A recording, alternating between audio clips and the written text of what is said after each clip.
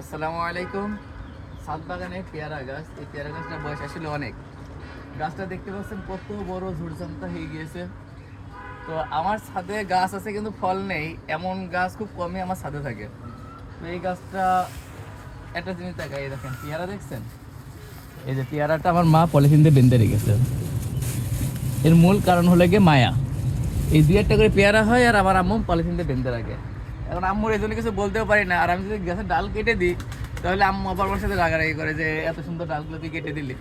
আসলে ছাদের গাছ লাগালে আপনাকে ছাদের গাছটাকে অবশ্যই প্রুনিং করতে হবে, প্রুনিং বাদে ছাদের গাছে ফল হবে না। এই জন্য আজকে এই যে পেয়ারা গাছটা দেখছেন, এই পেয়ারা গাছটা যতদূর সম্ভব প্রুনিং করে দেবো। তো যেভাবে প্রুনিং করি আপনাদেরকে দেখানোর চেষ্টা করবো ইনশাল্লাহ। কারণ এই যে ছাদের যে গাছটা দেখছেন, এই যে যেটুক টব, এই টবে আসলে ওরও তো বেঁচে থাকার জন্য একটু জোর পাওয়া লাগবে, সেই জোরটাও এটুক টবে পাবে না। এই জন্য ওর একটা আয়ত্তে রাখতে হবে, যে আয়ত্তে ওই মাটি থেকে যথেষ্ট পরিমাণ জোর নিতে পারবে এবং যথেষ্ট পরিমাণ পেয়ারা দিতে। তো গাছটা কাটা শুরু করছি, বিসমিল্লাহ বলি, বিসমিল্লাহ।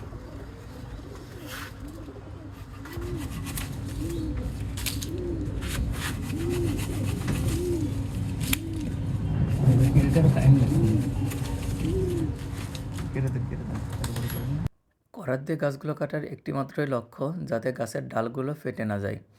অনেক সময় দেখা যায় আমরা যদি দা দিয়ে ডালগুলো কাটতে চাই গাছের, তাহলে ডালগুলো অনেক সময় ফেটে যায়, ফেটে যাওয়ার কারণে কোনো ছত্রাক ধরে, আর ছত্রাক ধরার কারণে ওই ডালটা সম্পূর্ণই মারা যায়।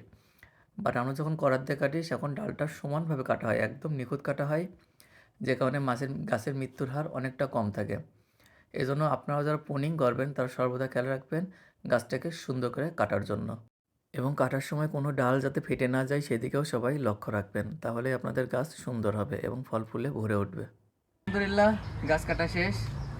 এই যেটা করলাম এটা হলো বলে হার্ড পুডিং। এই হার্ড পুডিং করার কারণে এখন সারা গাছ থেকে আপনার কুশি বেরোবে, এবং যে নতুন কুশি ছাড়বে এই নতুন কুশির সাথে গাছটা ফুল এবং ফল নিয়ে চলে আসবে। তো ছাদের যারাদের গাছ আছে, যাদের কাছে ফল হয় না, তাদেরকে অনুরোধ থাকবে আপনাদের গাছটাও ঠিক একইভাবে হার্ড পুডিং করে দেন। ধন্যবাদ সবাইকে, ভিডিওটা শেষ পর্যন্ত